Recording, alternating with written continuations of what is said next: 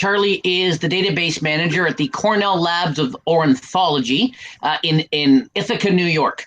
Charlie has been in fundraising for over 30 years. Prior to being in upstate New York, Charlie has worked all around the world. Charlie first started off working in the DOS world with CRM systems, and back then we just called them databases. So not even real CRM systems. And then slowly moving into the Windows and now cloud-based applications. Charlie has mastered several different types of fundraising, from direct mail, and now is a database administrator, and finally his role now into business intelligence. The lab is a very cool space. I have been there. It's awesome. And so if you ever find yourself in Ithaca, then stop by and see for yourself. So it's my pleasure to introduce my good friend and colleague, Charlie, who will explain why it's all about the birds. And Jake, do you want to ask the first question? Sure. It's burning and it's on the tip of everyone's tongue. Charlie, could you explain to us a little bit what ornithology is? A little subject matter background couldn't hurt everybody.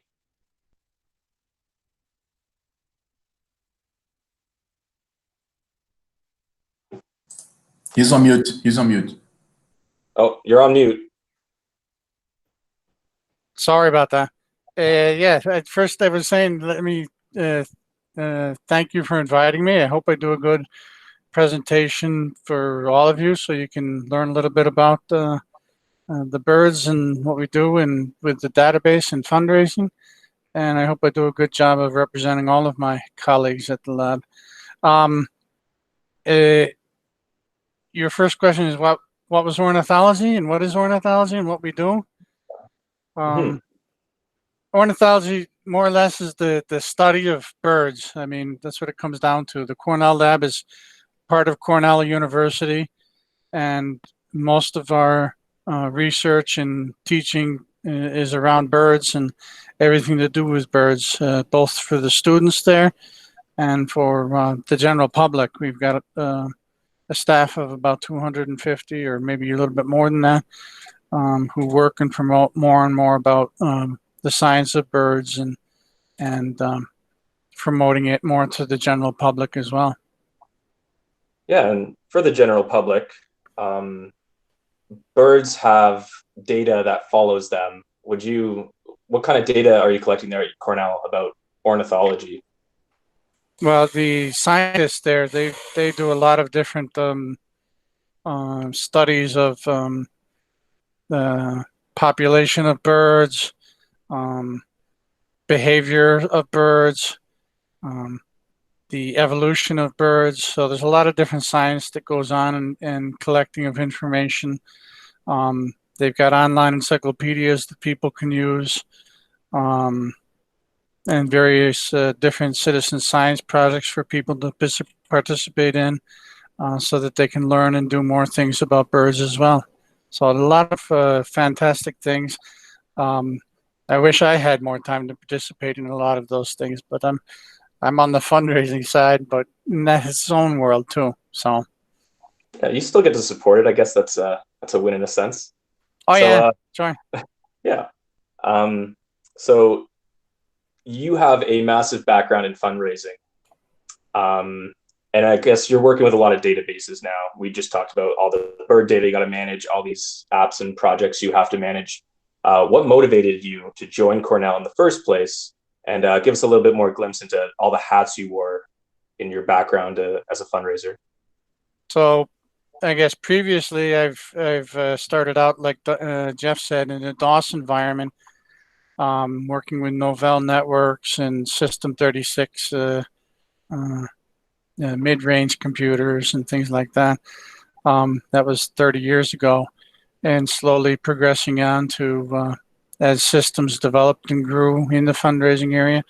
Also had the opportunity to dive into more of the newer systems as well, moving along. And so I've been able to not only use all of those different systems, but also wear hats like I was the director of direct mail fundraising in Connecticut. I was a director of development in Germany for over 10 years. I've had an opportunity to help many offices throughout the world get set up in Spain, France, Israel, Italy, Brazil, Mexico. And so I've had a lot of great experience learning about fundraising in many different cultures, helping them with their databases and with their fundraising projects. Not with the lab, but with my previous employer. But then came the opportunity to work for the Lab of Ornithology and move back to the area I grew up in, and I think it was a wonderful opportunity. A lot of good people there, a lot of great work they do, and so they offered me to help them run their database in fundraising, and so that's what I've been doing on the fundraising side and helping them get the database in order. When I first came to the lab, I think it was a database that was run by about 5 different people before me, 5 different ways. And so it really was a challenge to first get everything organized so that we could have it organized, so that we could delve into other things. And I worked with a lot of different people to help optimize the system and get it running the way it should, so that we could spend more time in doing more valuable things for the fundraisers and for fundraising. Jeff from JMG helped me really with some of his tools that he has to really get things moving efficiently and effectively in ways that we never imagined. When I first got there, they did about 50,000 transactions a year, and with 4 people, and they were several weeks behind all the time. And with a lot of the tools and optimization that we did over 3 to 5 years, we're now doing, this year we'll probably do close to 180,000 donations with around about the same 4 people. So, I mean, you can just see how much we've improved the efficiency and the organization of the database and keeping our constituents happy as well. Yeah, you make it sound so peachy to go back to your hometown helping a great cause. But there's a lot more. It is in many ways, but it's a lot of work. Yeah. That was what, 8 years ago? Yeah, 8 years ago when I first started in the lab. So I imagine there's a couple more bugs inside there that still you can't grind out, but that's the way it works with data sometimes. It's a never-ending process. Several of my colleagues joined me here today, and they'll testify to that fact too. It's if you're not working to improve it, it's going to go backwards. So it's one way or the other. You go forward or backwards. That's true. And since you have colleagues here, you guys are working on a lot of projects there over in Cornell related to ornithology. Could you briefly introduce the audience to these projects that you're working on and like? Sure. When I say we're working on, we're mostly most of my colleagues that are joined me today are working on the fundraising side, but what the lab does also is a lot of what I refer to as citizen science projects, bird courses, an online encyclopedia where you can reference birds. For the citizen science projects, they have apps. They have a few apps. One of them is EBird. Another one is Merlin.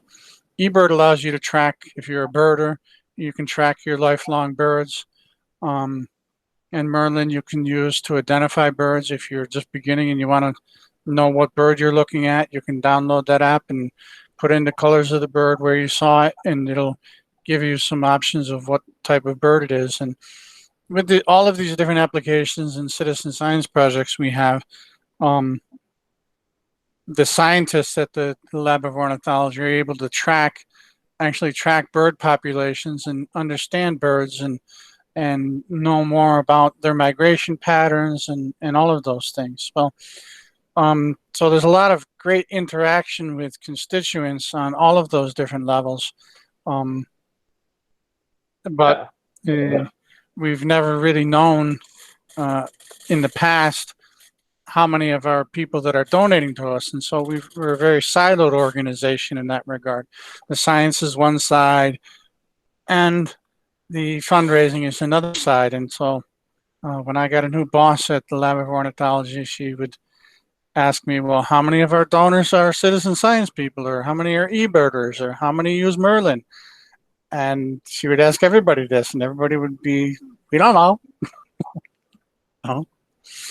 So, Yeah, it's kind of like however many people you have in your database and then amalgamating them all is it's the challenge for most, but it's particularly in your case, you have so many different apps that a lot of nonprofits, they kind of just have a donation list and they're working off one sheet. When you start really growing and offering these educational programs that you're offering, the encyclopedia, just these free to use apps, and binding people correctly to the right data that they're producing, I can imagine the challenge. And sure. so what makes me wonder is like how many rows of data do you have in these projects amongst them? What tools do you use to manage it all? And kind of like what was the end result of these projects individually? Sure. Yeah. So, I mean, I'll share a few things that these are just a few things that the lab has done and shared, and you can find them on their website as well. And I'll post their website right now in the chat if I can find it. Oh, there it is. It's up here. So here's a link to our website. And I'll give you a link to one of the studies they did last year, where they're talking about the bird population and the decline of bird population. Just so you know, this is some of the things that they do on the science side. I'll share my screen too, just so everybody can see. Yeah.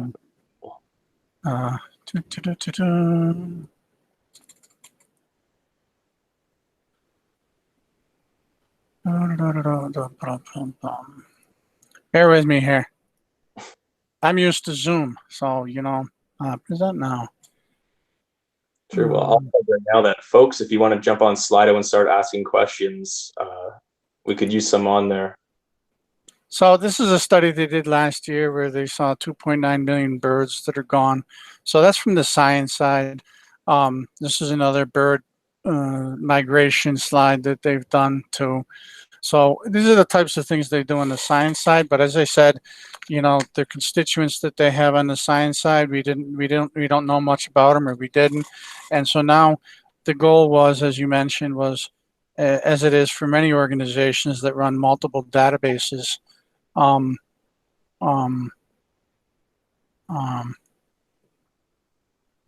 I still sharing? Data back to donation goals, right? Yeah. So yeah, what we found is we needed to match up these different databases and bring them together so that we would have them on the fundraising side, and know which of our constituents on the fundraising side are actually using our different products, and because it tells you something about them, and we learned several different things. So our first goal was to bring all of these different databases together. Am I still sharing my screen? No longer, I believe. Okay. Let me share this and that.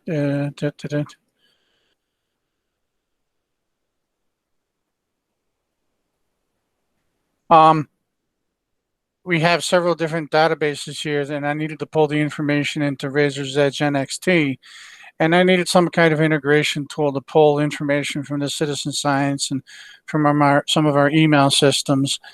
And really, I needed to match up all of those people by either IDs that we have, by email addresses, or by match codes based on their name and address, and then push that information back into Razor's Edge so that we could start to see who's participating in what, and then start to build different segments and identifying those different segments so that we could begin to see the overlap of all of the different segments we have, whether they were members, donors, participants in citizen science, major gift prospects. The list goes on and on. And so we've developed over time over and I'll just jump to this slide. This is just a list of more than 40 different segments that we have. The list is twice as long, but dealing with memberships and major gift work and planned giving, and knowing how all of those different citizen science projects overlap, and what's the quantity of those overlaps. And then we were able to look at and learn some new things as well about our constituents, like where was their first contact? Where did we first get in touch with them? Because that's, everybody knows from the fundraising side, you always want to know, well, how did they join your organization? Where did they what was their first contact? And so I was able to look at and see that, of the different donor groups that we have, that people that are just donors and don't participate in citizen science, I was able to see, for example, their average age is around 71.2 years of age. People that participate in citizen science, it drops by about 3 years. So the average age, meaning we're hitting a younger market with the citizen science people, but also donors. You can see a list of some of the questions that we were asking about our constituencies. What's the overlap with our members and donors? Charlie, I have a quick interjection. Just there must be some nuance to that final column there, where you have a 50% conversion rate and then some at 0. Could you kind of go into the details of these sources and why some would be higher than others? Sure. Project Feeder Watch #1 has been around for a longer time. It's PFW. Project Feeder Watch is people that pay to sit at their bird feeders all winter long and count the number of birds they see, and then tell us the birds they watch. It's a very interesting project. But on the forms that people use to sign up for Project Feeder Watch, there is a donation space. And so you see a very high conversion rate of Project Feeder Watch people becoming donors because we put a donation spot on their membership form for Project Feeder Watch. Their average gift is much lower, but because we put on the form a donation spot, they donate, add $2 or $3 to their membership to make it an even number. And so we have a very high conversion rate just because of that fact, and we know that's the reason. When you start to get into eBird and Merlin, we do a lot of prospecting to those people once they start using eBird, once they start using Merlin. But again, it's not the same opportunity as that space on the form. The percentages are also different based on how long the project has been around as well. So for Bird Academy, it's fairly new. It's only been 2 to 3, maybe 4 years at the most that they've been promoting it. A lot of those other citizen science projects that are there have been around a lot longer, which gives a much greater time for greater conversion of them to become donors as well. So that gives you some insight as to the differences in those percentages there. Especially shocking to a lot of people was Project Feeder Watch, but then I remind them, the average gift is much lower. Gotcha. That kind of ties into the whole KPI thing. You can focus on conversion rate, but if the dollar sign for that donation is quite low, then maybe your KPI is actually the amount raised. So speaking of KPIs, a lot of these are free apps and or educational tools. They're very different. What kind of KPIs do you have for these various, I guess, streams of donation? So, I mean, obviously, one of the ones that we're looking at here is the percentage converted to donors. Some of the other ones I can see here is their lifetime value and the amount that they donate per year for those different types of citizen science groups. Obviously, you look at and I don't think I included it here, I didn't, but I have another slide that actually shows the percentage that remains active as well. And so those people that, and I can show that those people that participate in citizen science project as well as donate stay more active than people that just donate. So, we can see that it really works and is a goal to get people involved in, our donors involved in those different things, because it gives them more of a connection to the lab and a greater appreciation of birds. And that results in them liking the Lab of Ornithology even more and helping us out even more. So, there's the standard things that we use in the industry in fundraising as well: recency, frequency, monetary amount.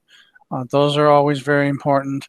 I'm able to build slices of those things and look at different slices of all of those different projects and see how active they're remaining, and what's their overlap with other areas.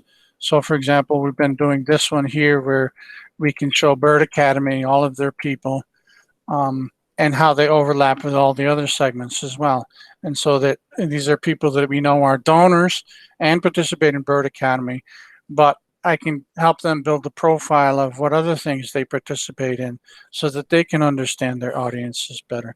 So not only are we beginning to see that we can help with the KPIs, not here on the fundraising side, but help out those different citizen science projects as well on their side. And I have to say that, I'm glad I can help them out, but I think it's very self-centered in many ways, because the more we can get them on board and involved, the more it's going to mean that we can cultivate our donors and offer these tools to our donors as well. So it all works together. It's not divided up into silos anymore. And you can see this when you talk to a donor of the lab. They don't see the lab as one silo citizen science and one silo donation, and they see the Lab of Ornithology, and that's the way they think. And so we're able to now pull that data together and look at all those different KPIs so that we can better understand.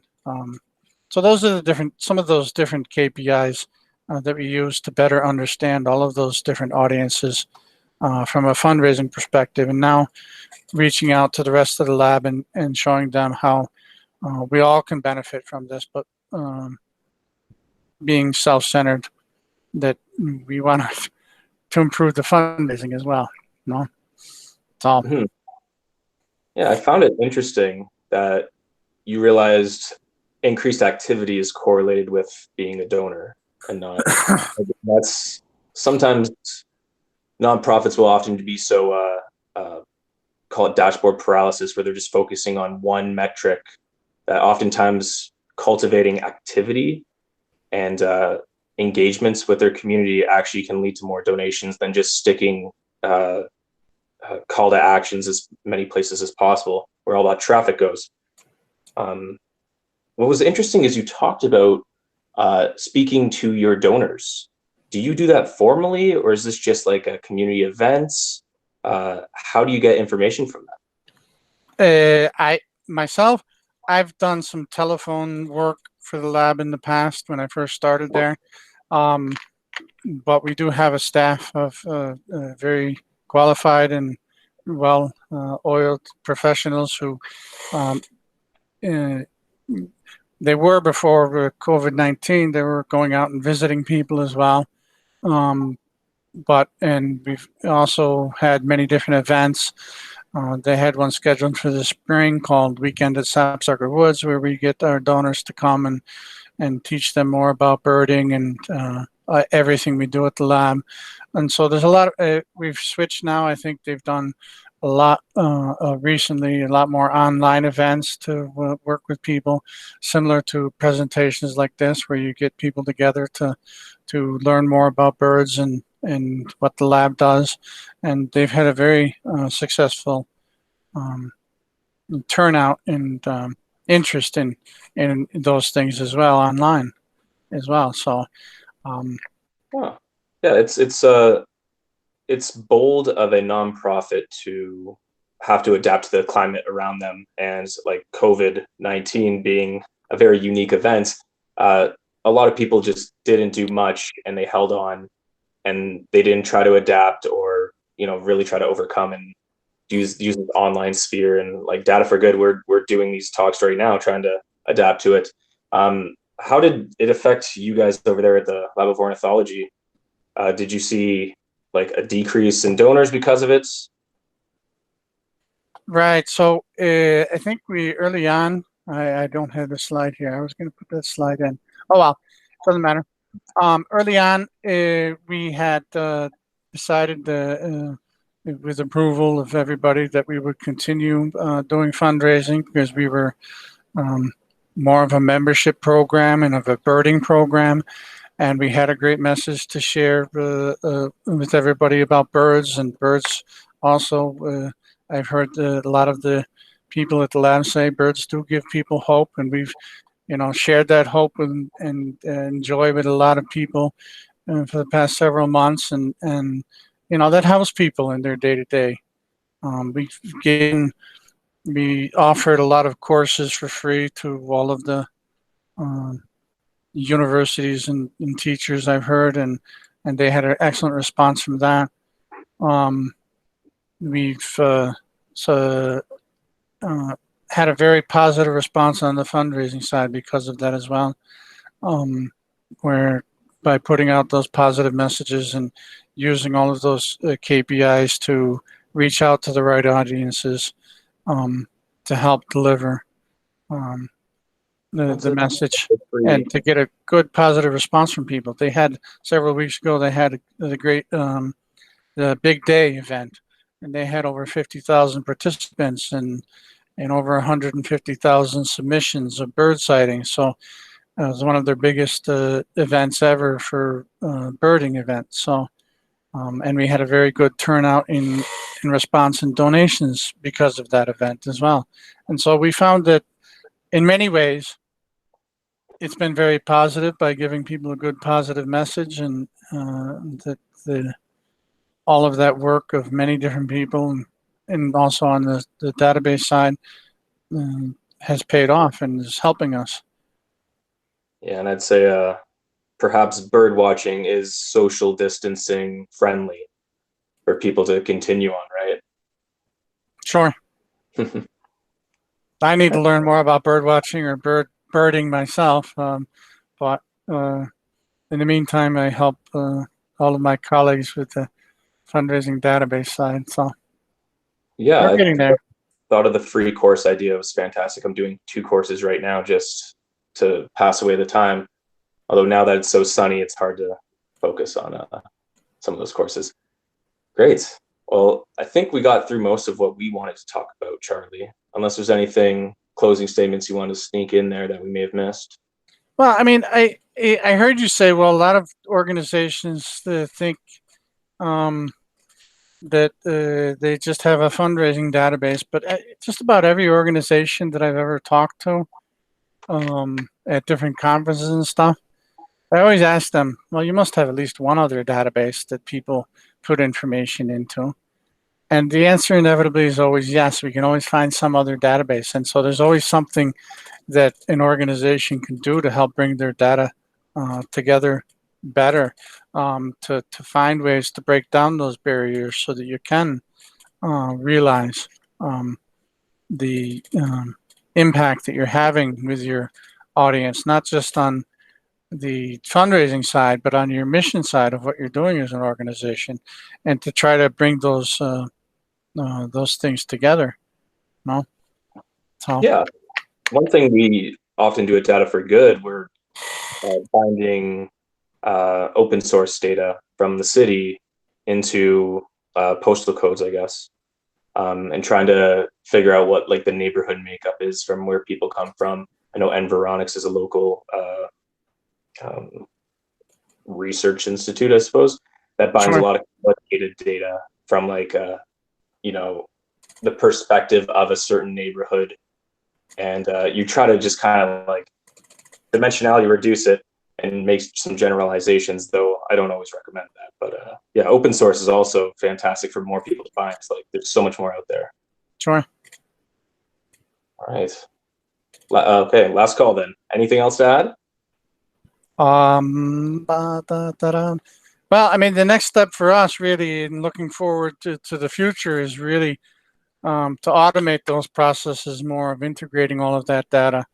Once the more of that data and information is integrated in a more automated way and faster, then we're looking at, okay, what artificial intelligence tools do we plug on top of this in order to help us analyze all of that data of our constituents more as well. And so like we said earlier, it's an ongoing process of what can we do to improve it? How can we make it faster and easier and more intelligible for everybody to use? So that's all. Gotcha. Awesome. Well, thanks, Charlie, for talking with me. I'm going to open it up to the audience questions. We have Slido open in case anyone is wanting to ask Charlie a question. I think we can put the code in chat for everybody that's here that may have missed at the beginning. But you can go into Slido and ask a question. Yeah, Claire will help us out. So I'm going by the number of votes, of upvotes for these questions, and I'll start with this one for you, Charlie. How do you increase volunteer engagement? And maybe you can talk to your friends here that can help weigh in, but how do you get volunteers to come out and be engaged? And they have very little attention span these days. Well, I think that the key thing, first and foremost, is to ask people. If you don't ask them, then they're not going to volunteer. But I think one thing that works in our favor many times is I've met very few people who don't have an appreciation of love for birds. It's probably the animal species, animal type that you see more than any other. You walk out your door, you see birds, you hear them all the time. So they say everybody has a bird in their heart. So, but I guess we could say that about any project, that there's people out there that have a love and appreciation. It's a matter of finding it, and those people, and asking them, saying, "Hey, I saw that you were interested in this. Would you help us out? Well, here's our need." Typically, I find that you need to express your need to other people, not just ask them. They need to see that you have a concrete need that you need to fulfill, and your goals of your organization of why you need to fulfill that need. You have to give them motivation and benefits of it as well. So, right, yeah, it's interesting because we often talk about donations monetarily, but people donate bird data to you by tracking it, and they also, in a form, can donate via questionnaire their opinion of what they need and whatnot. So there's so much more data out there. It's a matter of reaching out to your audience too. For example, EBird, I know when they first started out, somebody shared this story with me the other day. They were selling the platform and promoting it as, here's how you can help us in citizen science by putting your birds you see into this database for us. And, that attracted a few people. But then I heard that they changed their emphasis to, here's an application you can use to track your lifelong bird list and all the birds that you see. And just with that change, they were able to attract and get a lot more people using the application, because it offered them something concrete as well, rather than, just doing citizen science for us. It had a benefit for them. I thought that was very interesting. And so I'm still learning about my organization that I'm working for too. So it's a good exchange, right? Yeah. Awesome. Well, move on to the next question here. What was the timeline for compiling all of these data from all of these databases when you first arrived at Cornell? Yeah, so I didn't really, it's something that I grew into. The first 3 to 4 years was cleaning up and standardizing our database to make sure that we're using it in the right way. Stop doing double entry of things here in one place and here in another place. There was a lot of that going on. And so really, and before we could do anything else, we needed to cut down the amount of work that we were doing of duplicate entry and unstandardized entry in different ways and different formats. And so That's an ongoing process. It never ends, but really to get it to a point where we could move on to other things and look at other things, it took 3 to 4 years to do that. Then when my next boss came along and she started asking about what's the overlap, I said, yeah, okay, now's a good time for us to start seeing what we can do to integrate those things. And then, it takes time to ask the right people, find out who the right people are, to ask them for the information, explaining why the information is important and what you're going to do with it. And then matching it up, that whole process probably takes, at least for the first match, probably took me another 1 to 2 years to get the first match done. And then I've been updating the matching and adding new sources about every quarter.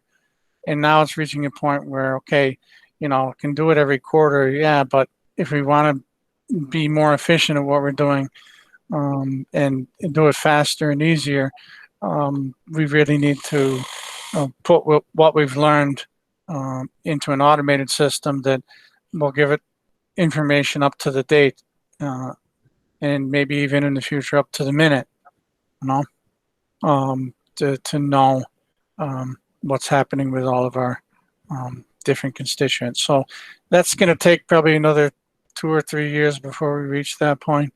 So I hope that helps answer the question of what the time frame is involved. It's, not only matching up the data, but going back and verifying it, making sure that, everybody's going to be happy with it. It's useful, that I'm not giving stuff people that it's just going to waste their time and energy, but they see a value in it and can use it too. Yeah, I bet if you could go back and design those apps correctly the first time, it'd save you a lot of hassle. Who can have that much perfect insight or foresight, I should say? Yeah, it's an ongoing process of working to improve different things. So, gotcha. Yeah. I'll hit you with another question here. Sure. Any analysis on popularity of bird species use towards donations and engagement? Bird species use. Can you catch what I meant?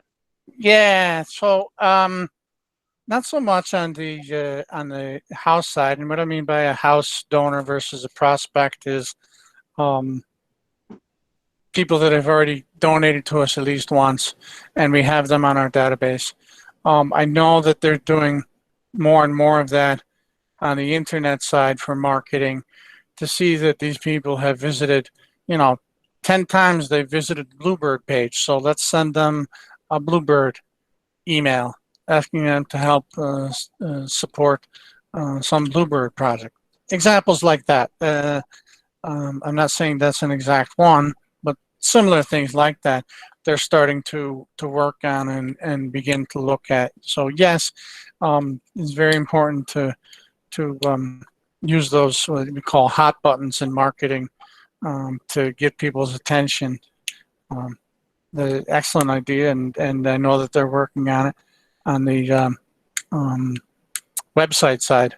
It's much more difficult to do that on the direct mail side.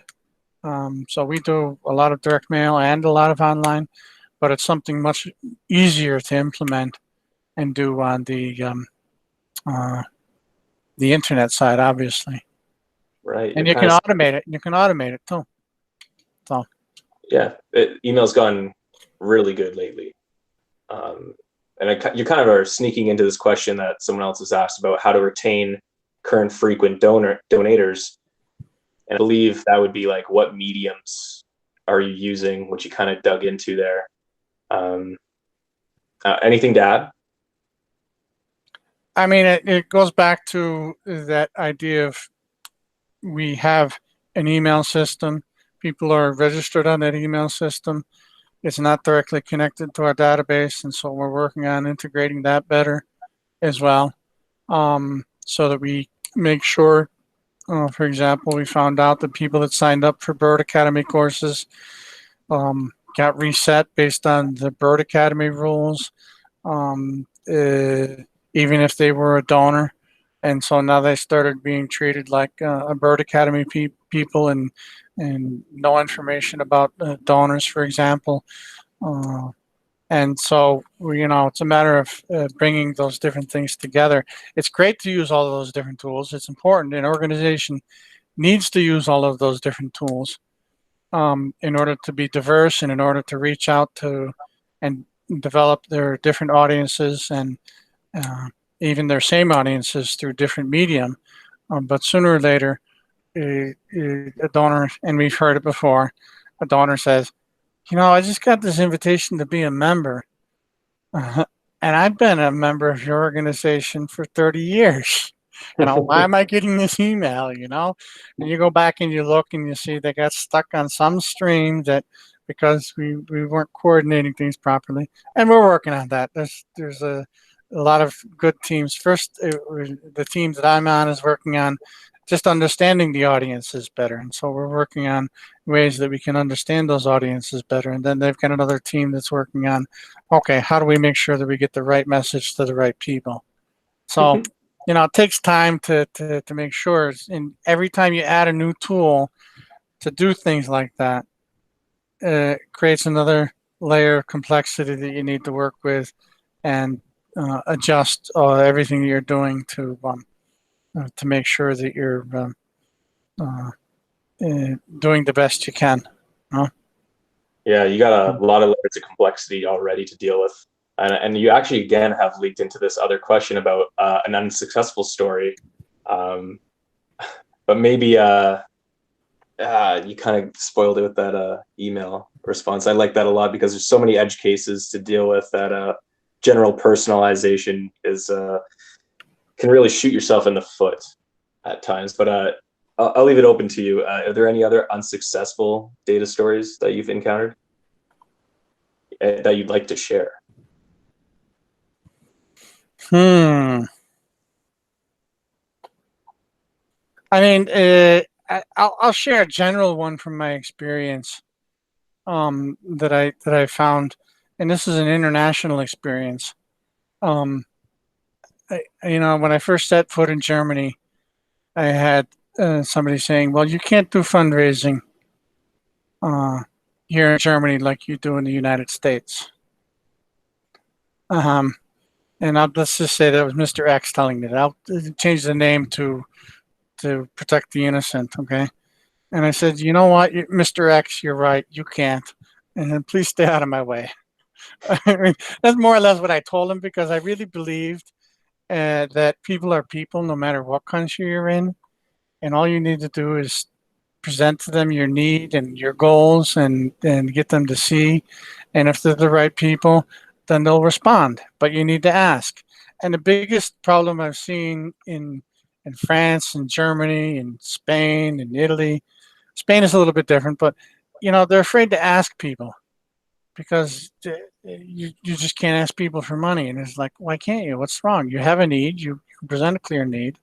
And if you don't ask, you don't receive. I mean, and that's I think the biggest challenge that I've seen in fundraising, and it really shocks me, is people say, well, we can't.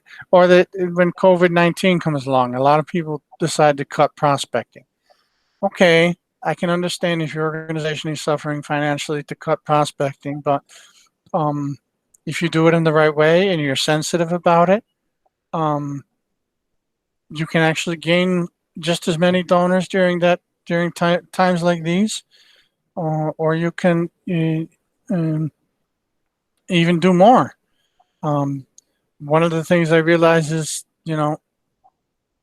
that there's an opportunity out there for you because other people are cutting, and people still are looking for something good to give to because that makes them feel important and that they're doing something good especially during these times when people need good things to do, So that's not really a database thing. I'm trying to come up with more examples on the database side and marketing side, but just the ideas between ideas of fundraising I find to be the biggest barrier with a lot of people most of the time.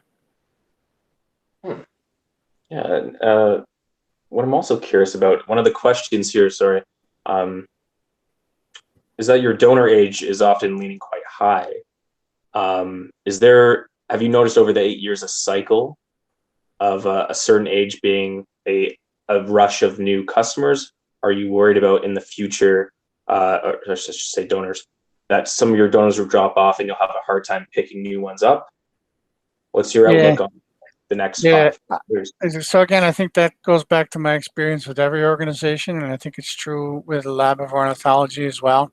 One of the things that the Lab of Ornithology has going forward is we have those different bird citizen science projects, which oftentimes attracts a younger constituency, right?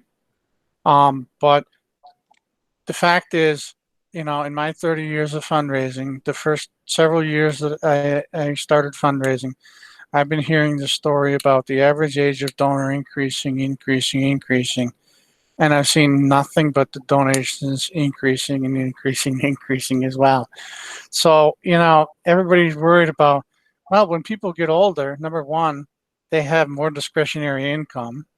They have less expenses. They start paying off their house. They have more, money to donate, and their kids are out of the house and gone and making a living on their own.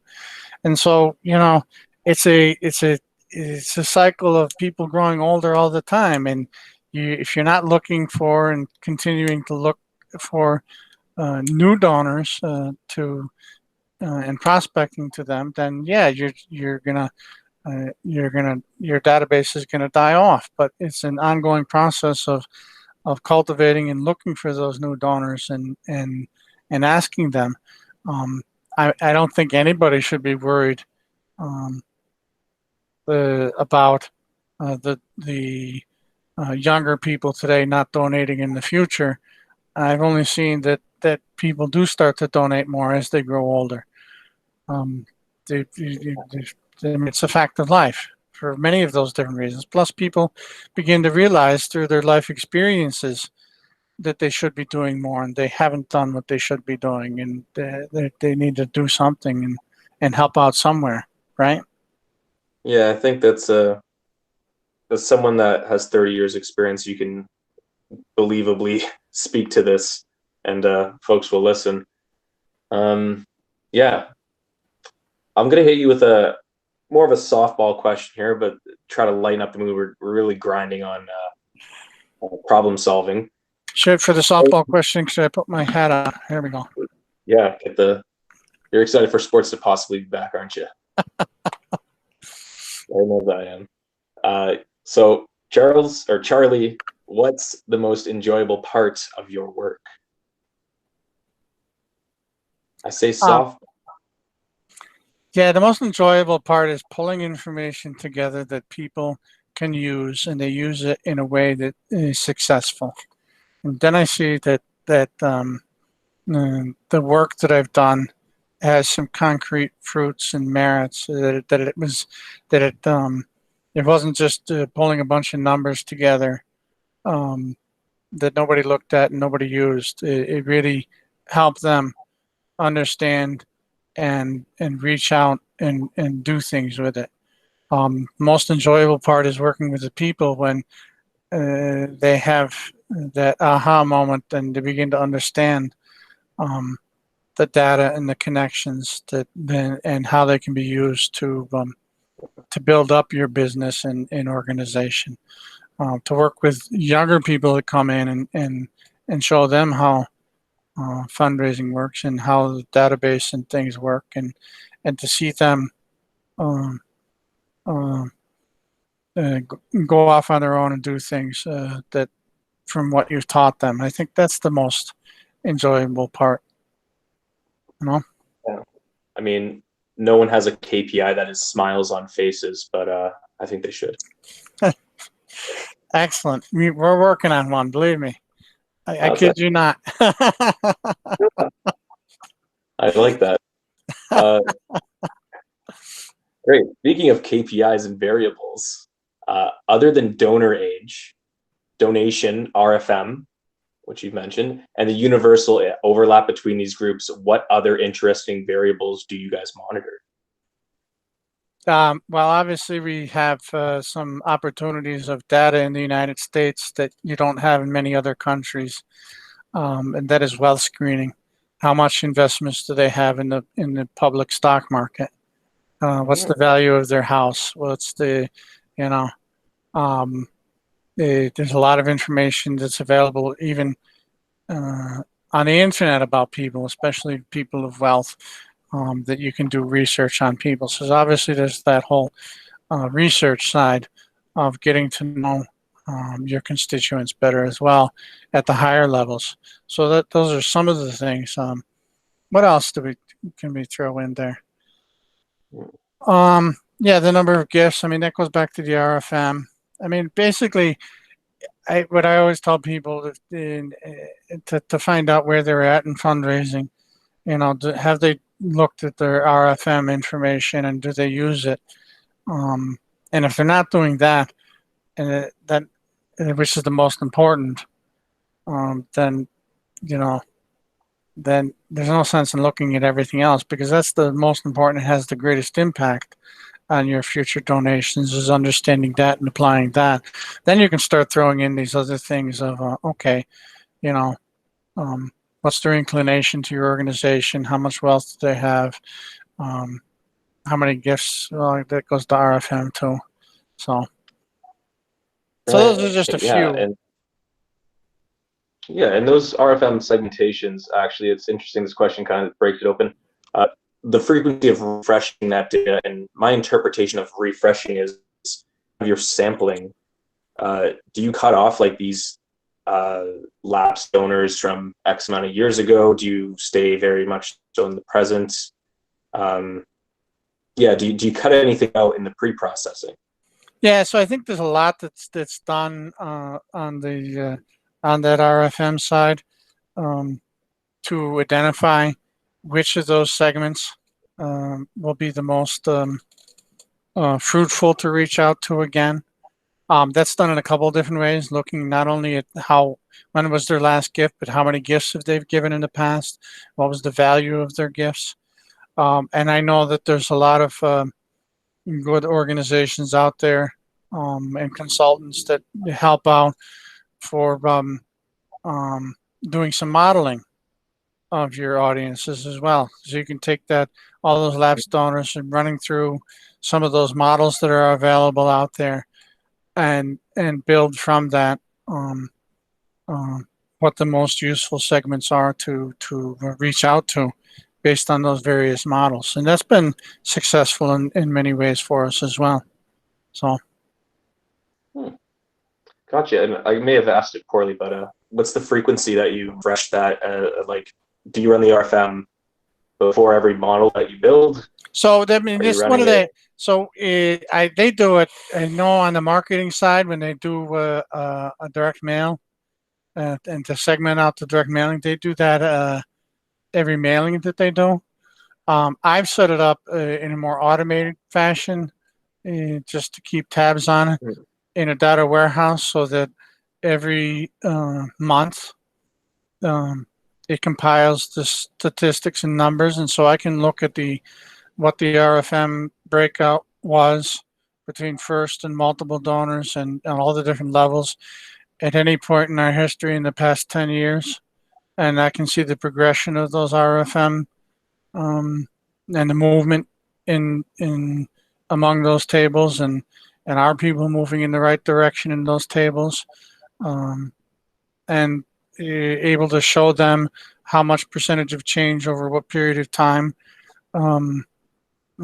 for everybody to understand, especially when you start to look at one-time donors. And I can show them that, you know, here's a huge group of one-time donors that are reaching out towards the 18-month market.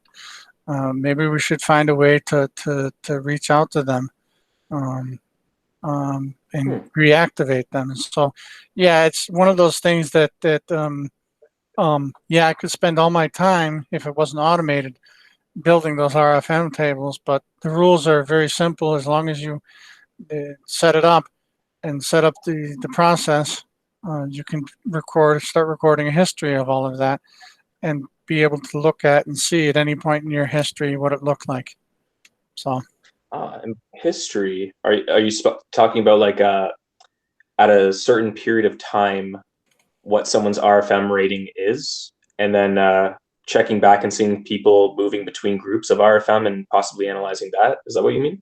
Sure, we can do that. Yeah. Yeah. So I've Excellent. got a whole history of where they were, June 30th, 2015. I know exactly where they fell on that RFM table, and I could look at and see, well, where are these people today, if we wanted to. There's other ways to use, I think there's other ways, because that could be very time consuming as well. There are other more beneficial ways to use those RFM tables, but that could be done as well. Sure. Gotcha. Yeah. Well, pretty much exhausted our list of Slido questions. We have some real bonus ones, but since we're getting near time here, I'm gonna probably wrap this up. Yeah, Charlie, it's been a great chat. I'm curious if people can reach out to you on LinkedIn and connect and maybe ask a few more questions that maybe pop in their head.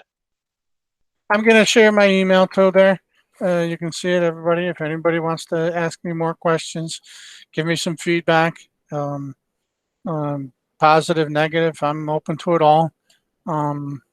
What you learned, and if you have any other questions, feel free to contact me either on LinkedIn or at that email address. And thank you very much. I hope it was useful for everybody, and I thank you for the time. And I hope that everybody found that they have a bird in their heart that they need to feed as well. Excellent. Yeah. Make sure you address it to Charlie, not Charles, as well. That's my learning from this whole thing. All right. Thanks, Jake. Great, Thanks. Charlie. Thank you, Enjoy Deepika. I'll see you later. Thank you. Bye-bye. Thank you, Charlie. We are signing off right now. Thanks, everyone. Thanks for joining us. Thanks, everyone. Thank you. Bye-bye. Bye. Bye.